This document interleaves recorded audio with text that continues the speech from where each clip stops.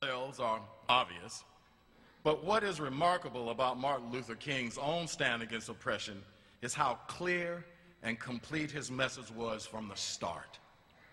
Listen to this speech he gave when he was just 26 years old. Already, you could hear the echoes of ideas that would define the civil rights movement, the ideas that would provoke a reluctant country to change. We are here this evening for serious business. We are here in a general sense because first and foremost, we are American citizens. And we are determined to acquire our citizenship to the fullness of its meaning. You know, my friends, there comes a time when people get tired of being trampled over by the iron feet of oppression. We are here this evening because we are tired now. Now let's say that we are not here advocating violence. We have never done that. The only weapon that we have in our hands is the weapon of protest. And we are not wrong. We are not wrong in what we are doing. If we are wrong, the Supreme Court of this nation is wrong. If we are wrong, the Constitution of the United States is wrong. If we are wrong, God Almighty is wrong.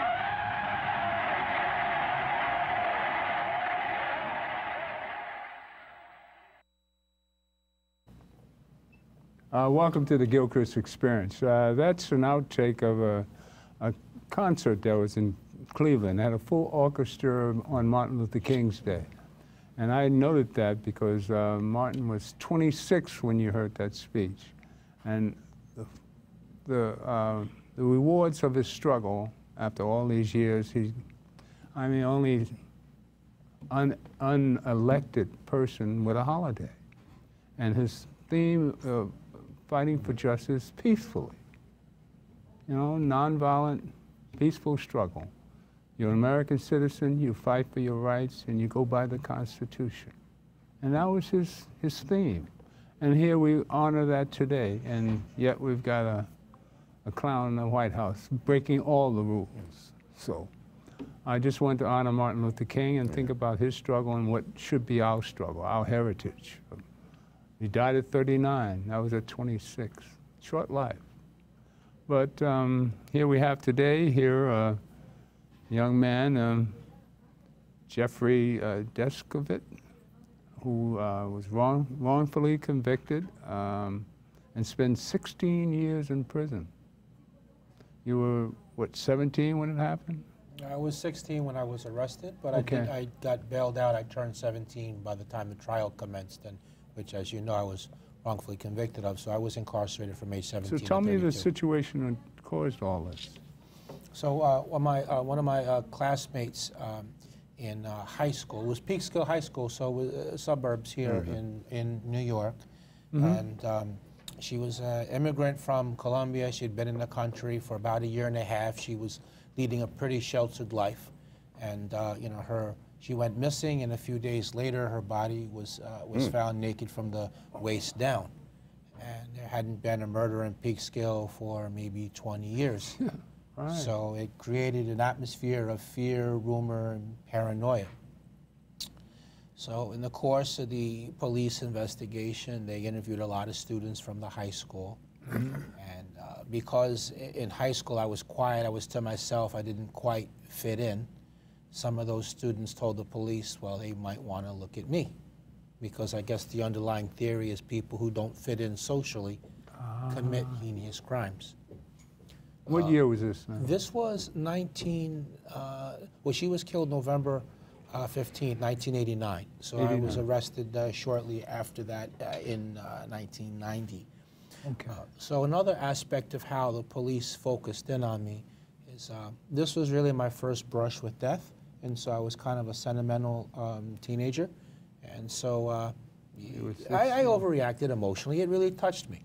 But the police interpreted my emotion as an outward sign, like I was sorry for something that I had done. Now, I'll say the last reinforcing factor... How did they get to see your emotions? Okay, because they had 4 sessions of the wake, and most of the people in that small city went to all 4 sessions, and I went to 3 of them, so they saw that way. I also went to the funeral service and to the cemetery burial, right. Well, she was a young girl, and did you know her?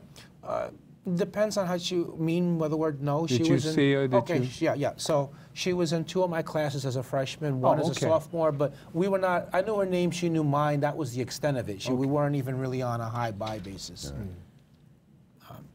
Did you have any, why did the people think it was you? Well, I mentioned the 2 factors on the police end of it, and then a reinforcing factor was that the Peekskill police, they got a psychological profile from the NYPD to assist them in trying to identify the perpetrator, and I unfortunately happened to match those psychological characteristics, and so that was a reinforcing factor. Psychological profile. Not the FBI. Not the FBI, but the NYPD. NYPD. But this is Peekskill, New York, Peekskill. And they hadn't had a murder in 20 years. Correct. Okay. So they didn't know what they were doing? Does this sound familiar? Well, the FBI is noted for their behavioral profiling unit, not NYPD. Go on with the story, because I'm just... Baffled? We do at times assist other agencies, not only in criminal matters, but in national disasters. We've sent people to Puerto Rico when the hurricane hit a couple of years ago. The emergency service unit went there. We were called to go to Haiti years ago after Papa Doc and Baby Doc left Haiti. All right, so we go on those assignments and to help reestablish certain things, and also to train, but to train other police departments. But with the psychological profile, I want you to continue with that, because it's interesting. This is 1980. 1990. 1989, 1990. Yes. Sounds like when was the Central Park Tonka case? Right around that same time, right at that same time. So that's where so my that's head the is going. mindset of police. Yeah, okay. So So when I was a child, the fantasy career I wanted to have when I grew up was to be a police officer. Oh, wow. And that intersected with the good cop, bad cop scenario that they set up, in which one officer takes on a more aggressive role, the other pretends to be a friend that you would turn to when you get desperate. So, did you recognize this at the time? No, I didn't understand the game. They were overreaching me because I was 16. But my father was never in my life. So I began to look at the officer who was pretending to be my friend as a positive adult male role model. And because my interactions with them always took on the dynamic that half the time they would speak to me like I was a suspect, and then when they would push a little too hard and I would become frightened, then Jeff as the junior detective helper theme was carried out. And that's where my wanting to be a cop when I was older came in. So that, along with my age, which was 16, was how they pulled the wool over my eyes that I could help them in an active homicide investigation. So for about 6 weeks, this dynamic went on, and they made me the center of attention. They would ask me opinion questions and congratulate me that my opinions were correct. Stop in from time to time. Look, the kids won't talk freely around us, but they will around you. Let us know if you hear any rumors. So all these are tactics. And periodically, they would ask me to take a lie detector test, but I kept declining. But at the end, they got me to agree to take the lie detector test by telling me that some new information had come in, and they wanted to share that with me. and that would allow me to be more helpful to them. Did they tell you that a lie detector test is not admissible in a court of law in New York State? Well, he wouldn't know. And you wouldn't know that. Right. No, I didn't know that. No, they told me to share this new information. I had to take and pass the lie detector test. So the next day, instead of going to the high school, I went to the police station for the test. And I had heard from the rumor mill that other people had been given the lie detector at the Peekskill police station. So I thought that it was going to happen there, but instead they drove me across county lines 40 minutes away to the town of Brewster, which was in Putnam County. Yeah. So I didn't know where I was. I had no independent way of getting back. I wasn't given anything to eat the time I was there. Did you ever find out who actually did it? Yes. Yes. You matched the DNA and eventually. I'm just yes, fast forwarding. Yes, correct. Yeah, and he was arrested and convicted of So the is crime. it identical to the Central Park 5 story? Yeah, yes, it is. Yes, it is. Wow. And yet you spent 16 years in prison. Yes. And Corey spent 13 and a half. 13, yeah, 13. So you spent more time than Central Park 5. I did. I see you came out and became a lawyer. When they took you to Brewster, what were the results of the test and what happened subsequent to the polygraph? Sure. So what happened in the room, and then I'll tell you the test result. They gave me a 4-page brochure on how the polygraph worked. And it had all these big words in it that I didn't understand. Right. But then I thought, well, I'm here to help the police, so what does it matter? Right. Let's just get on with it. Yeah, you're a hero. Right.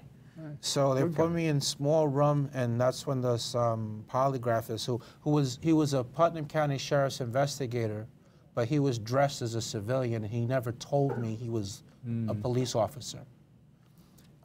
So he launched into his third-degree tactics. So he invaded my personal space. He kept raising his voice at me and asking me the same questions over and over, and he kept that for 6.5 to 7 hours. Did they read you your rights? No. Did you have a parent there? No, I had no parent there either. No. So it was this was a polygraph examiner is not supposed to work you into an emotional frenzy prior to the test or during the course of the test. Okay. Right? And the question is, even if that guy, was he even certified to give an exam? The sheriff's deputy or whoever he was. Yeah, sheriff's Those are usually given by independent sources outside of the police department. And for instance, if I'm going to take your blood pressure, I wouldn't be screaming at you and provoke you and then, all right, let's take your blood pressure because you know it's going to be high.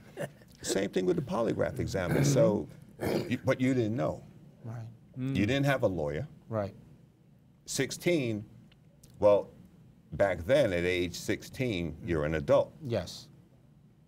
But the thing is, you're entitled to an attorney, but you thought you were working as a confidential informant, per se, working with the police.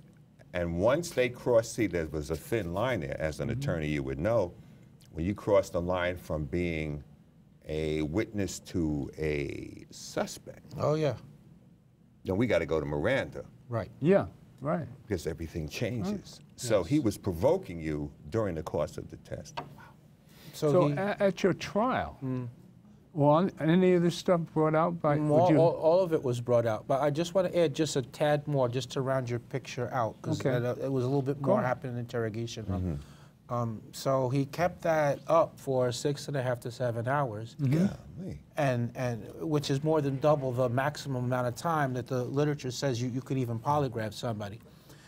So at the end, he says, I guess he was exasperated by at the end. And he said to me, what do you mean you didn't do it? You just told me through the test results that you did. We just want you to verbally confirm it. Then the officer came in the room who had been pretending to be my friend.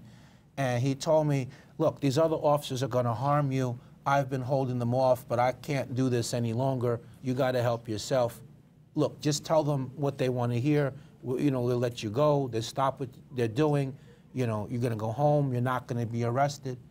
So being young, naive, frightened, 16, I was in fear of my life. The fact that I didn't know where I was and no one else knew where I was either was pretty large in my mind, and I was overwhelmed emotionally and psychologically. So I made the decision to make up a story based on the information that he gave me in the course of that polygraph and in the 6 weeks run up to it. So by the end of it all, I collapsed on the floor into a fetal position, and I was crying uncontrollably. Oh, my God. And you had no father or your mother wasn't around? No. No parents? There was no parents there, no. No family at all? Nobody was there, no. My goodness. So this is, I can see in your eyes, you can feel it now. What happened? Yes, it was These very many traumatic. years later. It has been. It is very traumatic to me. Yeah. Lasting results. Yeah. So before the trial started, the DNA came in from the FBI lab, Right. which did not match me. Wow. And so my lawyer moved to dismiss the whole case against me. But that's when the prosecutor got the medical examiner to commit fraud. So 6 months after he did the autopsy, he suddenly remembers that he forgot to document medical evidence showing that the victim had been sexually active. So in other words, he basically said in scientific terms, this girl was sleeping around with everybody, and that allowed the prosecutor to argue, well, the DNA not matching Deskovic, that doesn't mean he's innocent. That means it's just yet one other person that she slept with before Deskovic came, murdered, and raped her. Who was the medical examiner? Dr. Lewis Rowe. So taking it a step further, this prosecutor named another youth, another high school student by name that he claimed had slept with the victim. But he never called him as a witness to give verbal testimony to that effect. He didn't even get a DNA sample from him. He just made an unsupported argument to the jury. My lawyer, on the other hand... That's double hearsay. You can't even, well, you know about double. I do, but for the show, but yeah. What happened in the end? Did the DNA match the suspect that you... Well, 16 years later it did. It matched but the one you initially thought I was it was? convicted. Huh? No. The guy you thought it was? No, it was not. No. Okay. No. So who was it? The actual perpetrator was a drug addict at the time who had prior convictions, who killed, this is important, he killed a second victim 3.5 years later after killing the victim in my case. So another woman lost her life who was a school teacher because of this. Mateus Reyes, the same Mateus Reyes. Yeah. Yes. Mateus Reyes, Yes. Central Park 5. He killed a woman. He killed a woman subsequent. after that, and she was pregnant. Oh, wow. Yeah. Yeah, so I was given a 15 to life sentence, which I was sent to a maximum security prison. Wait, you got 15 to life for Yes. first offense? Yeah, Or for homicide? I was charged as an adult, though. It was 17 at the time. Yeah, but Go ahead. nobody gets 15 to life, even on homicide, That's the minimum. with you no could prior. Get. Well, that's the minimum you could get if you have a murder conviction. I know people that have committed 90. murder didn't get that. Maybe And they 90. pled guilty to manslaughter. I mean, on a murder case, that is, but if you look at the Well, this is a hick town at this point. Yeah, you got a point there, too. So I was sent there, I mean, and, you know, I So lost what was it the- like when you got to prison? It was a very frightening situation. I mean, Well, you were 17 years I old. was 17 years old. I weighed maybe 150 pounds. I'm this white boy from the suburbs, and you know, I'm around many fully grown men who are guilty of very dangerous crimes. Right. And and then I'm there for a murder, for a rape with that. So I got a bullseye on my your back. definitely. So you know, I was beat up at times. You know, I'm not gonna. How many 17-year-olds are gonna beat a man? And if it's, you know, I was overmatched. So, but thank God you know, I did survive, and you know, I lost 7 appeals. You know, one How many? time 7. The first 3 appeals were based on my innocence, the DNA, and my Fifth Amendment rights, and I lost on all of that. I lost my lawyer argued that the judge had not allowed my trial lawyer to go into, well, you started to go in like the polygraph and the methods. They allowed him to testify about the results, but not the methods he used. So all those claims were denied, and when I got to federal court, I lost there also because the court clerk told my lawyer the wrong information about a filing procedure. And so my paperwork arrived 4 days too late, which the DA urged the court, look, just rule he's late and just dismiss the case, which is what happened. And then I had to challenge that procedural matter in the next 3 courts, and I lost that challenge. They upheld that ruling, and that cost me another, 8 or 9 years in prison. What facility did you go to? Elmira Correctional Facility. Oh, I've been to Elmira. That's a rough one. Gladiator. Junior Gladiator School, yes, correct. Yeah. So did you spend any time in solitary confinement? I did. I spent 28 days there. So, these guys were planning to stab me up because they thought I was a rapist. And then I did the best that I could, and I didn't wait for them to come and stab me. Did you gain some weight and learn I how gained to some fight? weight, and that's exactly right. You gotta learn how to and fight. no, it's true, it's true. But then I ended up in solitary confinement Because you also were fighting. because of it, because I was fighting, yeah. To survive. But I also did a 1.5 years in Shawangunk, and then the last 28 days was in Sing Sing. Been to Sing Sing too. Ultimately, and then I went to the parole board, and I maintained my innocence there, but they wanted me to express remorse and take responsibility. They love that. Tell us about that. The people don't know about the parole boards. Tell us about that meeting. Sure. They wanted me to do what I said, take responsibility and express remorse and show some insight into my behavior and say I'm sorry. And instead, I went in there and I told them, I'm innocent. I already sent you copies of my legal paperwork, which have the DNA test result in it. You guys know that people are being exonerated left and right by DNA. This is obviously an error. Look, you know what? Don't even worry about my guilt, innocence. Just look at the rest of my application. I've done all these educational programs. I've stayed out of trouble, other than when the times I was beat up. So how old are you now that you're doing it? I'm 31. At the time you were in front of the parole board. Yeah, at the time in front of the parole board, I was 31. 31? Yes. 15 years went by. I did my sentence minimum. Before you went to parole? You got to do the minimum. You got to do the minimum before you go to parole? Oh, yeah. See, okay. So I went there, and their decisions noted that I was a good educational record, and my disciplinary was good, but they said, nonetheless, you've been, found guilty of a brutal and senseless crime. We think to release you would show a lack of seriousness for the offense, and they ordered me to appear in front of them 2 years later. So that meant I did another year in prison. And then at that point, I was exonerated with the help of the Innocence Project, DNA testing. So a different district attorney, so Janine Pirro had become the DA before my first appeal was decided. So she was the one who fought me in all those appeals and wouldn't allow me to get further testing. Mention that name again. Yeah, Janine Pirro. Janine who? Pirro. Don't I see on television? The Queen of Fox TV. Fox Justice TV? with Janine, yes. You mean she's what, a bad prosecutor? Yes, or she railroads people? 2 other people were exonerated in Westchester whose cases she was involved in. So I'm not the only victim of injustice by her. Why aren't we surprised at that? So she had fought the appeal. She had stopped me from getting the testing. She had got me thrown out of court on the 4 days late. Wow. Thank God when she left office, her successor allowed me to have the further testing. And that matched the actual criminal, because his DNA was in the data bank because he got caught for killing the second victim that he killed 3.5 years later after killing the victim in my case. And when he was confronted with that evidence, then he admitted he was the one who committed the crime. Not just to the law enforcement, but he also confessed to a reporter on video camera, like a media interview in the prison.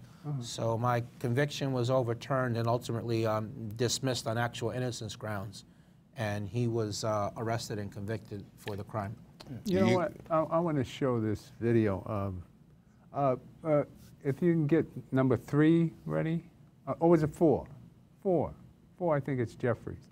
I just want to show people this before we come back to Victor.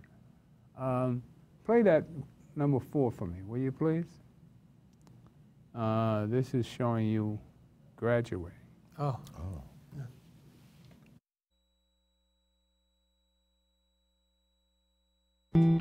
Jeffrey Deskovic. I'm from New York. I was accused at 16 years of age. I was 17 at the time that I was wrongfully convicted of a murder and rape.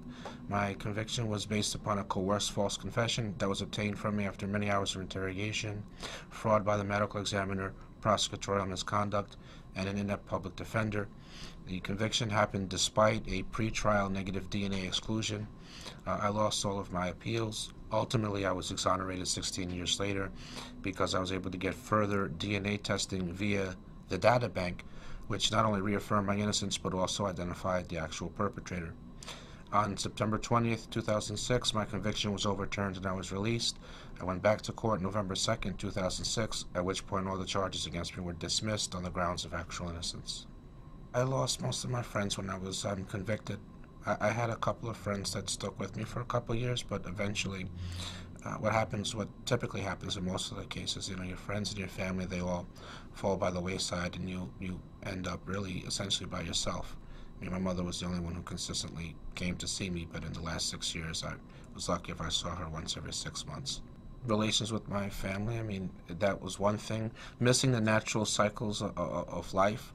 Births, deaths, graduation, the prom, getting education and working on a career, all at an ordinary point of life where that normally happens. And then, of course, there's psychological after effects of being wrongfully imprisoned. The judge told me that said that I was the conviction had been overturned, that I was free to leave, and I got ready to get up to leave the courtroom, and after I took a step, just the enormity of the moment kind of hit me, and I had to sit back down, and I just was kind of like overcome with the moment. I just mentally couldn't accept that this was over. So I sat there for about 20 minutes. They cleared the courtroom. I think the bailiffs realized I was going through a mental difficulty. After the 20 minutes was up, I got up and I started to walk towards the door, and with each step that I took and nobody stopped me, it became more and more real. I remember when I stepped outside of the courtroom, it was a really nice blue sky. There wasn't a cloud to be seen. The sun was on my face, and I was greeted not just by my extended family, but a lot of the students and volunteers and staff of the Innocence Project, and they all were clapping that I had made it. And when it was time to speak at the press conference, which was just a few feet from there, when it was my turn to speak, I gave a off-the-cuff 2.5-hour spiel of everything I ever wanted to say over the years, but could never quite get anyone to hear me. It felt really surreal. Those were actually my first words of freedom. I stepped to the microphone and I actually asked, is this really happening? This is heavy, Jeffrey. This is heavy. I could see your emotion here, but listening to, this is why you became a lawyer. Right. I thought there was another piece I have with you graduating. I got them mixed up there. But this is even more important. People seeing how it's a relief to know that God is real. Yes. Amen. Amen. Yes. That you keep your faith up, and when you know you're righteous. What is it like? You don't have any bitterness? You're just... No, because I want to enjoy my life as much as I can. There you go. I don't think I can do that if I'm angry and bitter. And there you go. And I look at everything that happened in a kaleidoscopic way. I think I'm doing the work in the world that I'm supposed to do, and that's how I make sense of it. Which is, I have a nonprofit, the Jeffrey Deskovic Foundation for Justice, and we work to free wrongfully convicted people. And we've been able to get 7 people home in 6 years, and we've been able to help pass 6 laws here in New York, and also do some reentry work.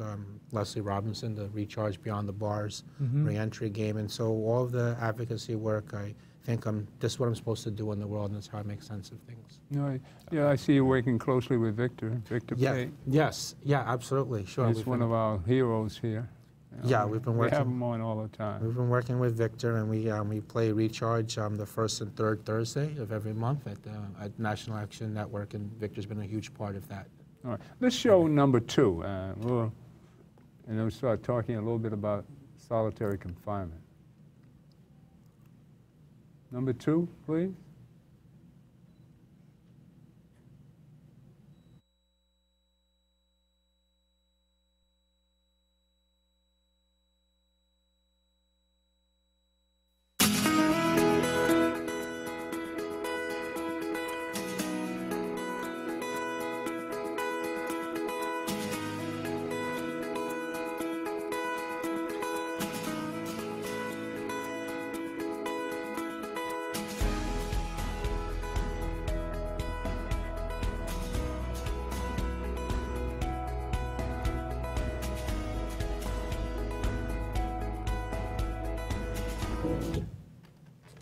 we got it mixed up there, but as soon as he gets it up, you let me know when you get it ready, please. Solitary. I want to apologize to you. I always say that an apology should come from the person who is the offender. But I want to apologize to you for the crooked cops and detectives that worked on your case. We've had the same outcomes in cases in Brooklyn when Ken Thompson was the DA before he passed. And that unit is still ongoing, and they've exonerated over 20 men who were wrongfully convicted, and many of them by the same detective Wow. Yes. of NYPD, who declares that he didn't do anything wrong in Kings County. But you had Charles Hines, who was a crooked DA. Right. And between that detective and Charles Hines, there are so many men that are still in prison. Right. Right. Well, And Jeffrey's you're going to work on getting some of those people out. Yes. Well, let's go to here. This is vivid. I'm sure it shows solitary confinement. Sure. All right. This is out of a prison in Maine. All right, run that piece for us, please.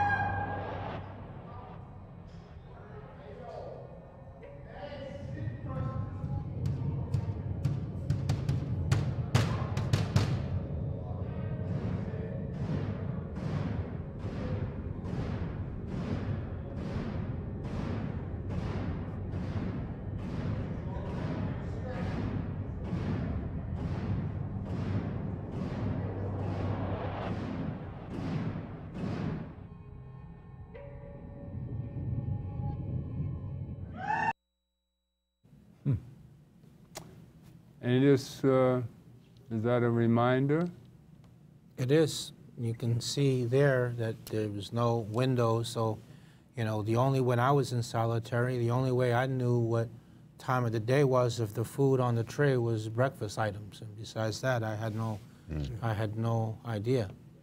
So there's very little to no contact. It's very easy to start to, you know, lose your mind while you're in there. There's not really anything for you I to see the both do. of you just feel that. It just takes you back to that time. Yeah. Right, Victor? Yeah, it definitely does. And I guess the collateral damages, you know, it's like always there, you know, and all it takes but a moment to transform me back into that space and that time.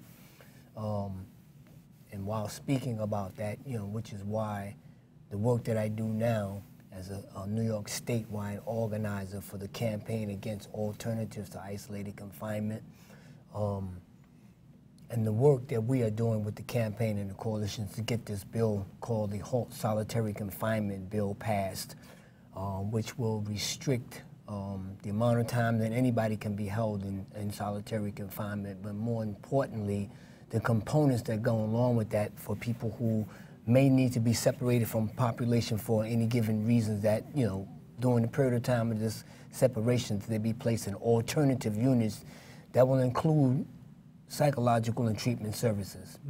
And I think that for people who are isolated away from the general population from any period of time, there needs to go along with that humane treatment. Right. New York is notorious for abuses of people that are in our prisons and jails as it is, and even more so for people who are held in solitary confinement, as was myself. I did about a cumulative total of 2 years in solitary confinement. My longest stint was being 90 days. I can attest to that particular fact, 90 days. Not for a violent offense, not for trying to escape, not for any prison rebel rousing, as they call it, but just for the mere fact is what I had, what they considered contraband of having too many sheets in my cell. I was in Attica at the time when this happened. What? Too many sheets in my cell, doing a shakedown. Doing a shakedown? Doing a shakedown. Yeah, too many sheets. Too many sheets. They considered that contraband. Not a weapon, not drugs. What, did somebody didn't like you or something? What do inmates do with sheets? So, oftentimes they can hang themselves. Right. You know what I'm saying?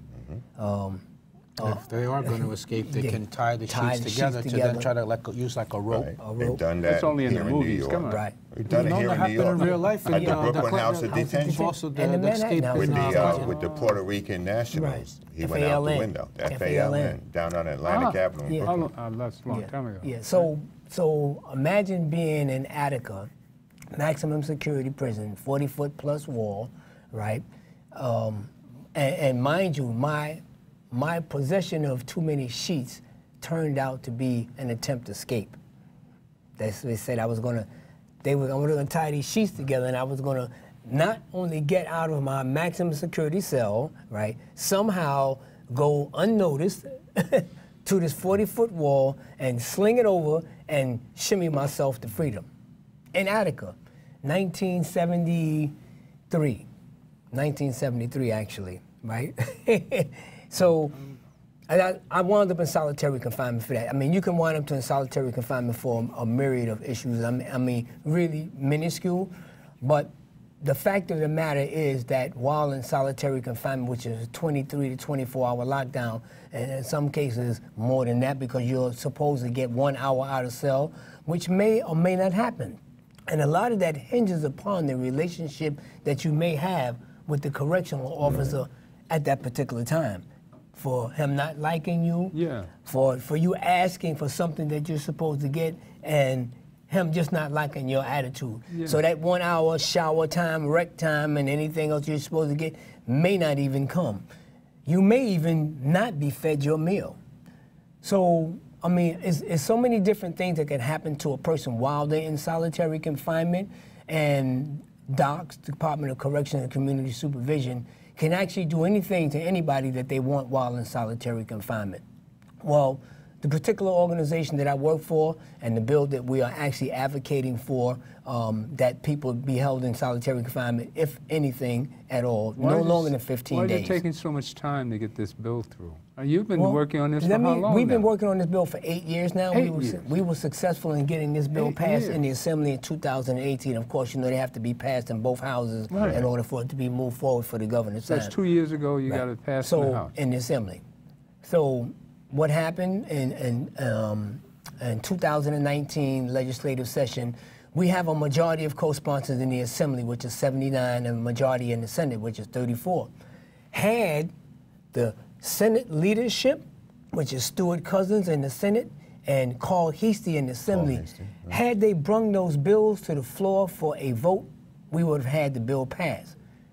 what happened 2019, the last 10 days of the legislative session, we were in Albany. We were kind of sort of like assured by all of our majority co-sponsors that they were going to vote on the bill and pass the bill. Heastie and Stewart Cousins in session never brought the HALT bill to the floor for their conference to vote on.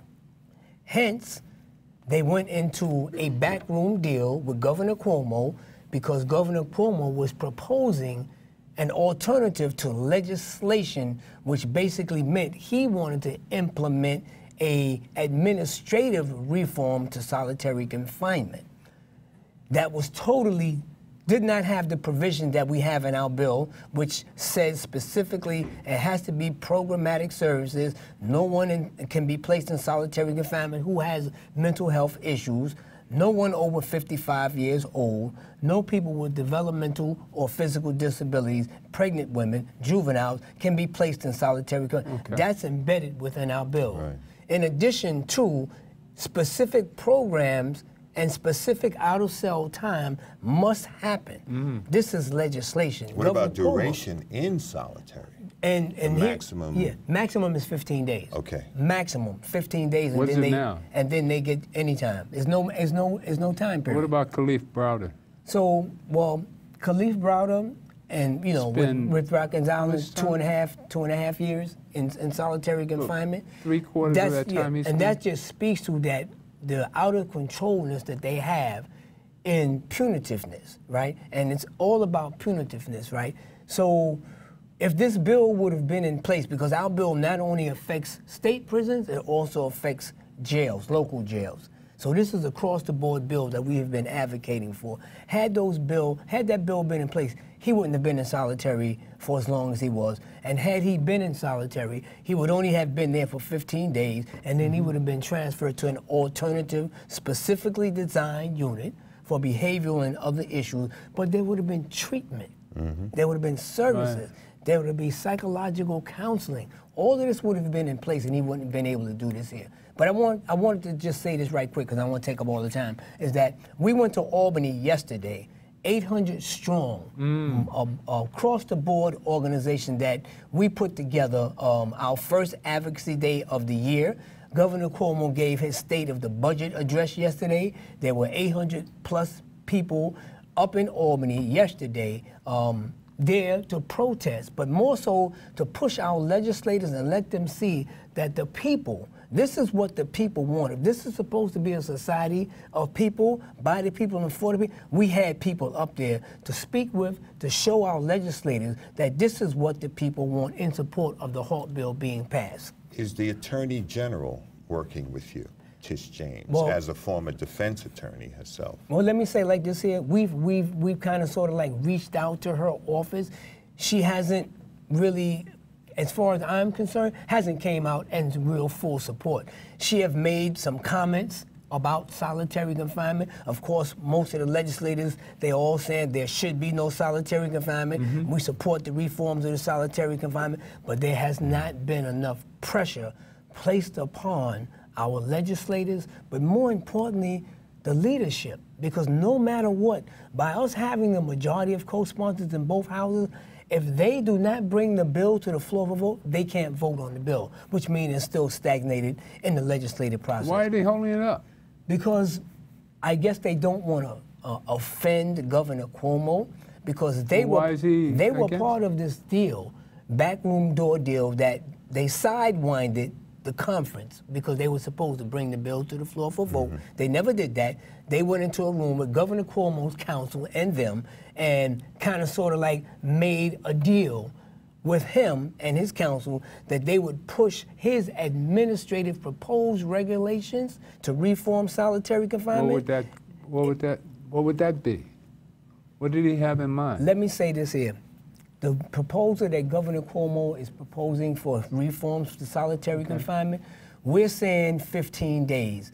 Governor Cuomo's proposal is it would take, well, he's starting with 90, 60, and then 30. But the time of implementation for that to happen, to even bring it down to 30 days, is 3 years. So what happens between now and the 3 years? That means Makes no sense.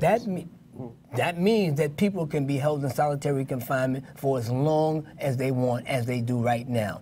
That means, and even in his proposal, there is no particular prescriptions as to what would happen for people while they're in solitary. Specific programming, there's nothing in his proposal. Didn't the Khalif Browder have some effect on the legislation? Didn't it have some effect? Is that why it passed in the Assembly in Well, let me say this. 2018? In terms of it having any effect, no, it did not. Really? It did not. Because they continue to do the same thing that they've been doing before Khalif Browder. And the particular prescriptions that are in place right now with regard to solitary confinement, that people can be placed in solitary confinement for just about anything. And see, in our bill, there are specific Would this guidelines. administration rule change any of that? No.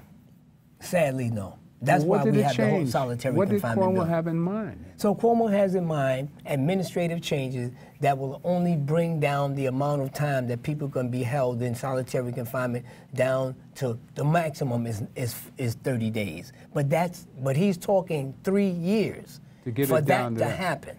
So he's talking 90, 60, and then 30. So over a 3-year For period. what reason would he push that kind of? Here is what he's saying. Because of the cost that he's trying to say that it would cost to implement the HALT bill, which he says that means that they will have to build new units in jails that are already existing that have the space and the unit. So what he's saying, because of the cost that is attached to have the reforms of the HALT bill in place, that we can't afford this here. And that's not true. Conversely, because you've brought other ex-offenders here, including a woman Yeah. who said she was psychologically and emotionally damaged from having been in solitary confinement, and now the state has to compensate her. Mm-hmm. So it makes no sense for him to say, well, we have to build. Is the well-being of a human being more or less important than you building out facilities at this point? I was in Alcatraz last year, and I was in the solitary confinement unit. Now, Alcatraz, of course, is closed, but I was in. When you go into that tier, You still feel the demons. the cells have the bars, and then there's a metal door they close in front of the bars. And then they can close the hatch where you can't see out. Those tiers don't even have a window. You're totally boxed in. So, and seeing on that video guys banging their heads, you know that's not normal. But yet, they weren't like that when they went into solitary. It changes the everything. key. It has That's to. the- Right. I could see it in both of your eyes.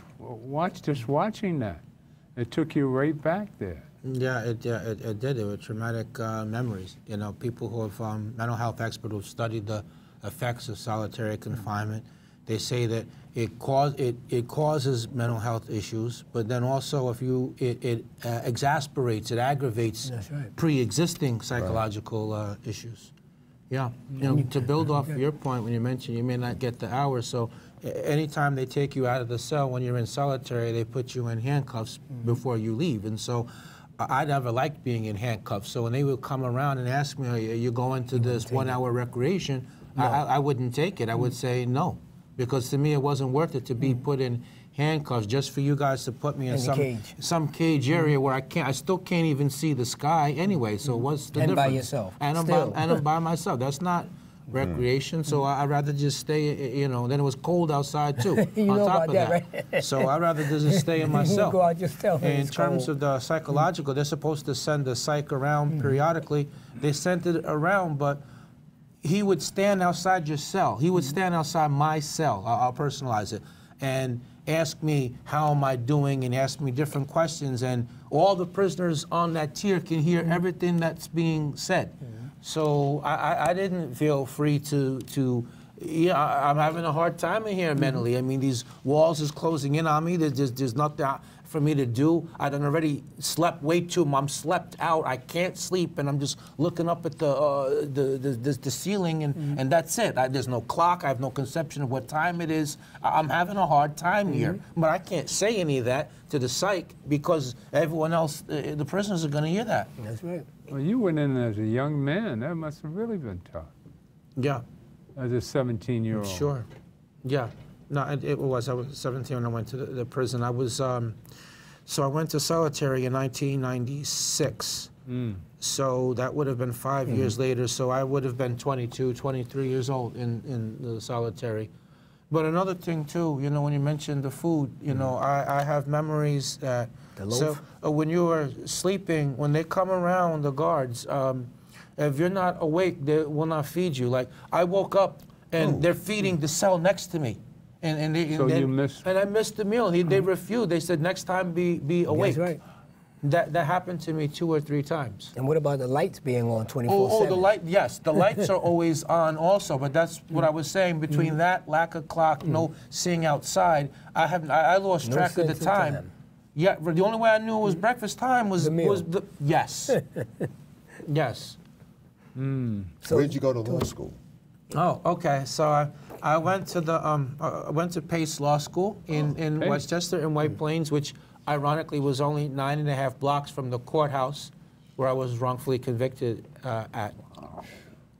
So you know, I mentioned the work of my nonprofit, and so I decided to make my foray into law school because, and I had previously got master's from John Jay College, but I got tired of having to sit in the front row in the courtroom. I wanted to be able to sit at the bench and represent some of the clients, so I went to law school, and so this past May I graduated law school and I passed the bar exam. Congratulations. So, thank you. So I have to do a few minor steps. I get the law license and I'll be a lawyer. You're on your way.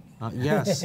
The main thing is, can you get into law school? Can you graduate? Can you pass the bar? And I'm check, check, check. I just got a couple of minor things, and it'll, you know. So life is good.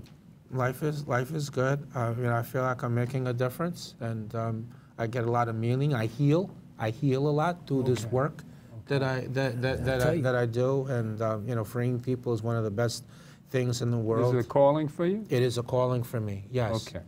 Yeah. So, That's what's important. yeah. You So have your calling. I have my. Do you think you went through all that pain for this calling? I do. With beyond a shadow of a doubt. With beyond a shadow of a doubt. 1,000%. 100%. You know the story of Joseph in the Bible? I do. I am familiar. Yes. So how often did you speak to God? All the time? All the time. That's right. Every moment. You got real close. God got me through. I mean, I always believed that I was going to come home. But that was how I got through the time, though, because in my mind, I wasn't doing 15 to life sentence. I thought I was doing a year, maybe 2, until the next legal proceeding, which I was sure I was going to win, because I was innocent, and I still How about the power of believe in the system. visualization? Did you go for that? All those mental changes? I did, and so to aid that, I used to collect articles about other people who were exonerated. And, yes, and I would imagine what my scene would be like, what their scene was like, what my scene was going to be like, you know, outside the prison wall there, and you know, the people there, and the media and everything. So that visualization helped me come through. Vision, yes. You know, that actually can occur if you actually visualize something, you pray hard, yes, and you focus on that event. You can create your atmosphere. Yes. So that's what it seems like you did. It was. It was. You know? But then also I took advantage of the time I was there, put to constructive use. That's right. So I got GED because, remember, I hadn't graduated high school because I was arrested. I got associates, and I completed towards the bachelor's before they cut funding of college education for prisoners. Then I did vocational trade, so I learned to type. I did general business. I used to read 3 or 4 nonfiction books a week. Okay. Try to expand my mind and learn something like that. Nonfiction, yeah, from 1998 forward. I used to read fiction books, and then one day I had an intervention. One of the prisoners who was a librarian, they said, well, you know, it's good to read, but why are you wasting your time with all this fiction? Why don't you entertain yourself and have something to do in the cell that you're learning at the same time? Right. When get started on these nonfiction books, and I listened to him. And so from 98 to 2006, I used to read books on nonfiction, and then separate from that, I used to go to the law library Give us one of your favorites. Yes. So it was called How to Be an Adult in Relationships. That was by David Richo. I read that one, and I also enjoyed Viktor Frankl's book, Mankind's Search for Meaning. Yeah, which was talking about how Jewish people, survived in the concentration Holocaust. Yes. Wow. Yes. Oh, that's heavy. So you were preparing Yes. for your release. Just And you from the books visualized that you you were saw reading, Yes. Yes. preparing yourself. Yeah. Yes. So you might have created your whole destiny. I believe that I did. And just to speak to that about the So reentry that's the component. advice that you give to people? And Yeah, that- 100%. Yes. You gotta Absolutely. do Give that. us your let's close out with you giving advice to young kids who run into the situation where they're falsely accused. So I would say before they're convicted that, you have to stay on top of your lawyer. Make sure they understand what their strategy is. Are they doing the steps that they're supposed to? Try to understand the process as best as you can. And then if disaster happens and you are wrongfully convicted, it's essential that you go to the law library and learn the law and assist your lawyer. And you can't ever give up. Your priority is supposed to be to regain your freedom, not to get caught up into the prison politics and getting in trouble and with the wrong crowd and the gangs. Take it, don't waste your time with the programs like, janitor and silly things. Take educational programs and learn as much as you can about the law and read nonfiction books and keep building for that day. And yes, visualize. And no matter what happens, you can't quit. Keep looking for help. You never know which letter you send out is going to be the winning one. I wrote hundreds of letters, and I usually the biggest backup is God. And the biggest, that's first and foremost. First and foremost, I will slightly disagree with you and say that's the first thing. My belief in God was huge, so that's definitely a first thing. So. Well, thank you for coming today, Jeff. Thank you for having. You've taught us all a lot. Seeing that solitary confinement, watching you guys' eyes, I mean, that really brought it home. Now, hopefully, you people out there are paying attention. And the God in me loves the God in you. And stay tuned for more of the Gilchrist Experience. We try to expose how you can get out of this hell that we call life and find God and stay solid and love your neighbor. That was the Manhattan. Now we have the Bronx. Got an extra minute. Yeah, well. How about you, Victor? What do you think? Well, like I say, thank you, Jeff, for being on the show with us, and thank you, as always, you too, brother. Winston and my friend, and thank you more so for what he mentioned about the recharge game that is now going to be up at the National Action Network, first and third Thursday, which he spoke about healing. This particular game is definitely helping the healing process, especially for people that have been formerly incarcerated. So I'm so thankful and honored to be able to partner with him on having this up at the National Action Network and bringing this to people. And like I say, for the work that you're doing and to helping others, because like you mentioned, for us, the work that we do, that's our healing. That's our therapy, and this is how we get better. Well, I say, especially for these times, you have to realize that God is real. And if you take that to your heart, you'll be solid. Peace. Really.